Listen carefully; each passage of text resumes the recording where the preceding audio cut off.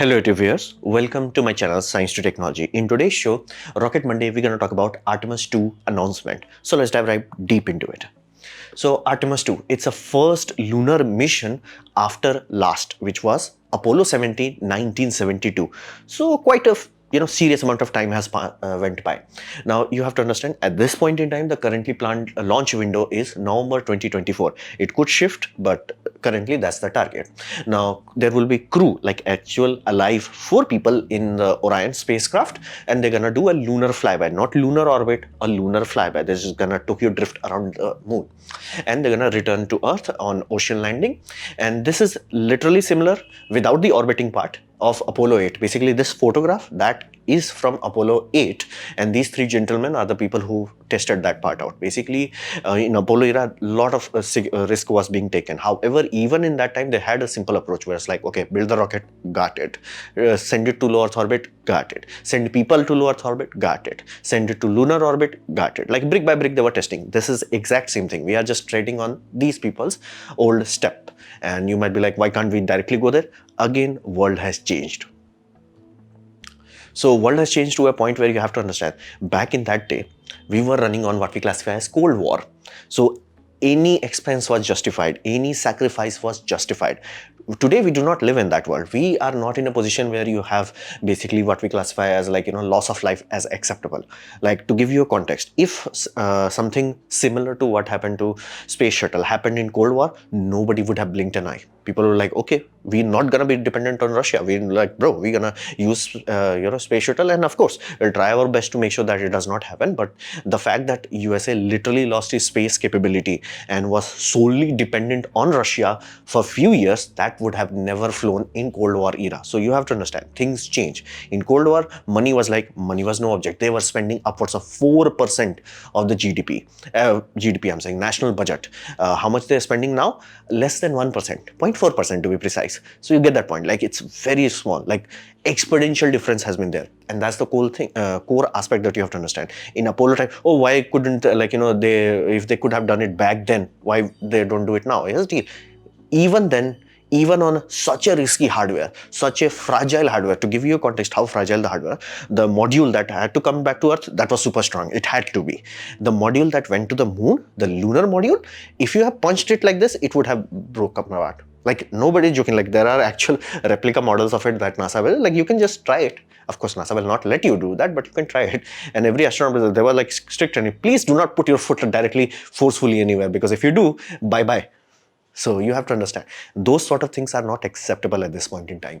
So we are like very thorough. We are very cautious with our approach. So life support system would be tested, because be mindful, we went from 3 people to 4 people, and the quality of life improvement has also been increased, and extended period testing will also be done, because we have already done this. Basically, we have tested the Orion module throughout the moon, so we have that data. And this time going from 3 people to 4 people. Plus, this also has the better bathrooms, better suit. The suit is so upgraded that if there is a failure, basically loss of pressure in the capsule itself, the suit should last them 10 days. That's why I specified this is a completely different ballgame. The amount of safety, the amount of firewall they have is much more extensive, much more thorough. That's why they are not taking any risk, because if they're like, hey, if we are in orbit and something bad happens, it will increase the time, because again, you will need what we classify as re-entry burn. Basically, you have to remove the not remove, as in like let go of moon's gravitational and then jump to Earth. That's a very risky thing if something goes wrong. So for that reason, they're like, just flyby. Flyby is completely passive. They will really need very little thrust input to just basically stick the landing. So it's a very automated kind of process, whereas like the margin of error is very wide. So they can be like, we can try, we're just gonna go Tokyo drift it and then come back. So it's a very safe approach. It's like we are very cautious, very thorough. That's it. And you have to understand, the world is completely different now than it used to be. So it's something very thorough that we have to be mindful about. So what about the crew? Now, crew has Jimmy Harrison. The interesting part is that badge. The badge is Canadian badge.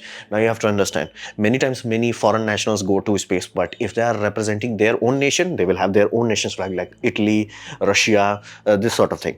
But if they are, let's say there is an Indian, Kalpana Chawla or something like that, if Sunita Williams, if they are going there and they, instead of having Indian flag, they are representing USA flag, that means they are representing USA.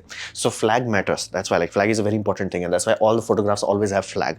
So idea with that is like, what are you representing? So Canada is being represented. Now, is that a big deal? Here's the deal. In low Earth orbit, there is a lot of competition. China has it, Russia has it, blah, blah, blah. In lunar orbit, yeah, no. No. That's just like, no. Only USA. So literally, Canada will literally go from, we don't really have something to, oh yeah, we went to the moon, bro. That's a big ass mic drop.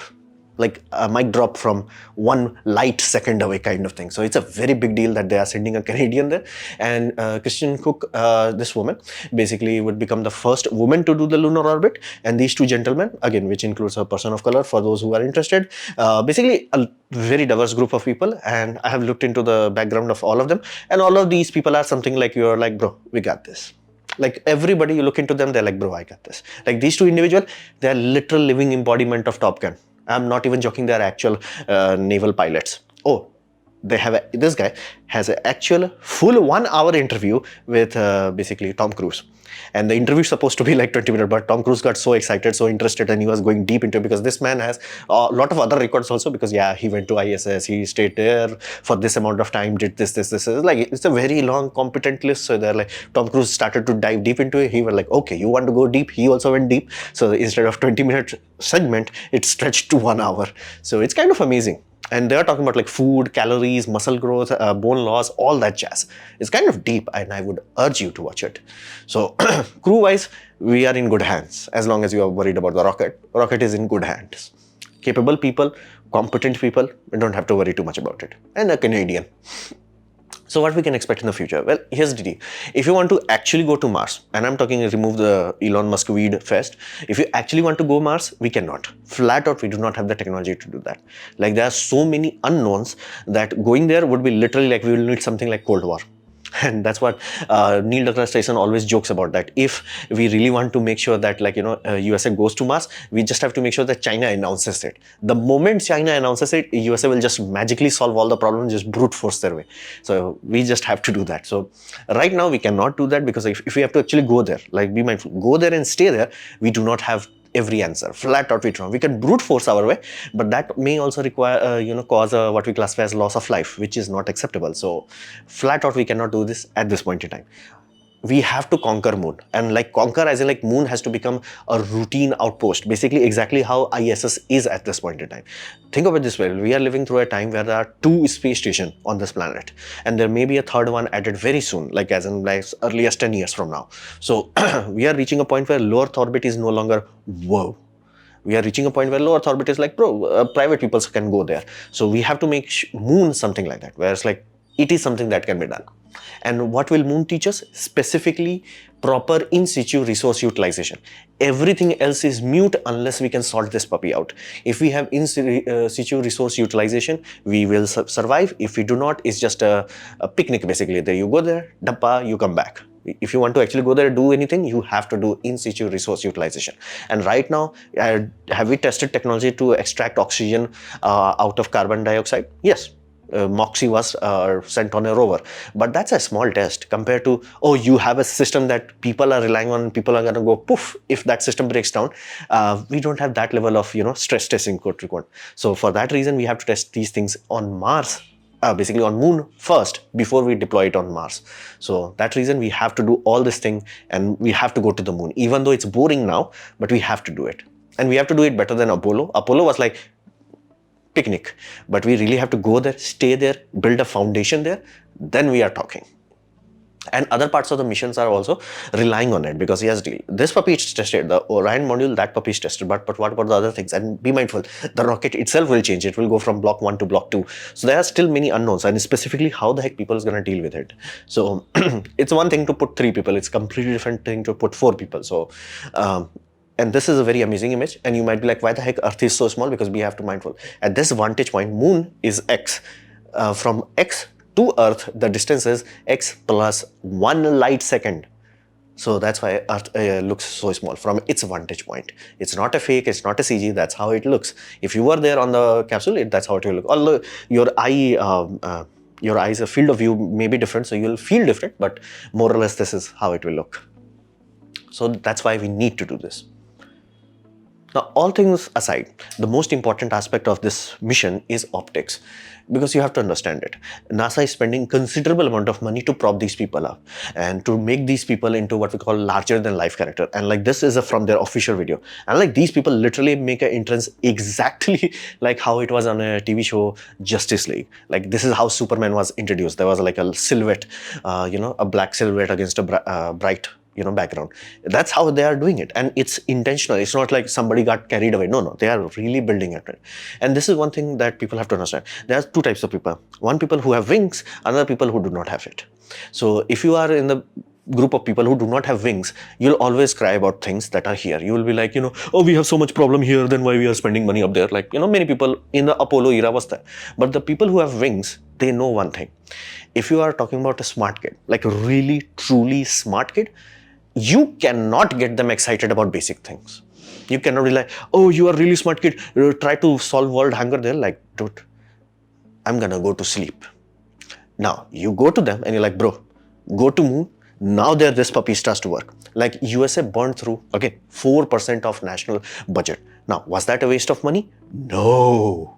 The amount of technology spin-off happened directly of Apollo projects, that list is huge. That list is like, bro, there is not enough trillions to justify that. That's the amount of money came out of that. That's like, oh, our economy is tiny, small, barely surviving to like, bitch please. Like they literally went from barely surviving to bitch please just with one mission. And on top of that, have you noticed how the heck USA became center of almost everything? That happened because of Apollo mission, because the people who laid the foundation in 1980s and 1990s, most of them, specifically kids, young kids and young in generation, all of them were inspired by Apollo. And that inspiration is priceless, because here's the deal, what would kid try to do? Try to become an astronaut. Now, what will they try to do? Either they will become physically best, so they can be very well utilized by Army Corps, or they could be like, I will try my best to become a best engineer, scientist, and all that jazz. Fun fact, that's also very desirable. So, if they become astronauts, awesome. If they become something else, awesome.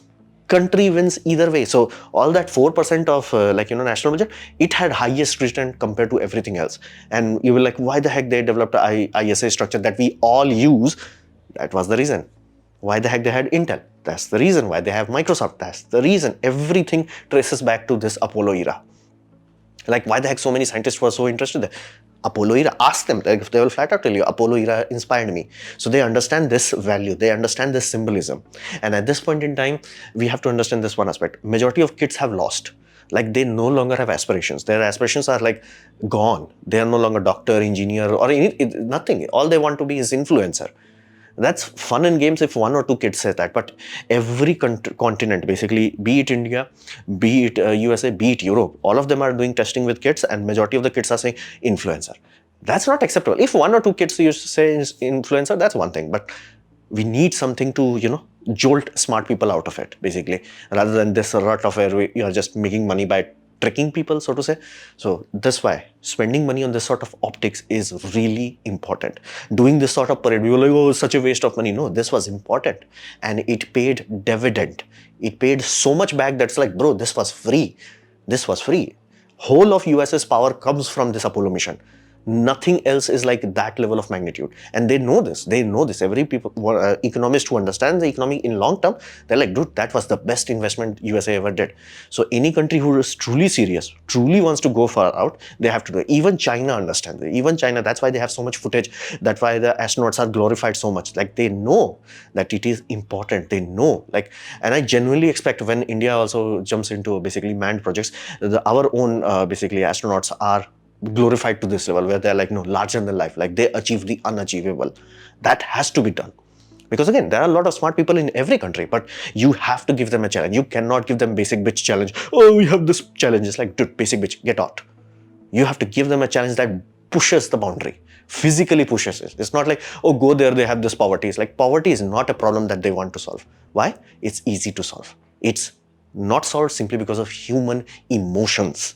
We have issues basically. Go to any religion, for there are 10,000 religion, 5 to 10 major religion, all of them always talk about the same thing: lust, greed, anger, all those things. Because why? Human emotions. We are not perfect. So those sort of problems, to smart kid, they're like, I know why you are poor, but I cannot do anything about it because it's your existence. It's you responsible for it. Now give them like, bro, go to Mars. Now they are gonna solve problems. Now they're gonna do things, and those things may lead to amazing things. And it did for USA. So we have real world data, and China is also learning that. So it's up to you.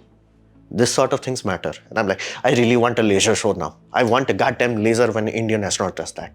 I don't want freaking light. I want lasers, man. So this was my presentation on basically Artemis II mission announcement. Hopefully you have liked it, learned from it. In that case, please click the like button, share it amongst your friends. That will help me a lot. If you didn't like it, didn't enjoy it, I urge you to press dislike, press it twice to show me extra disappointment. Please leave a comment because I do try to reply to all of them. Subscribe, press the bell icon if you're free, and as always, thanks for watching.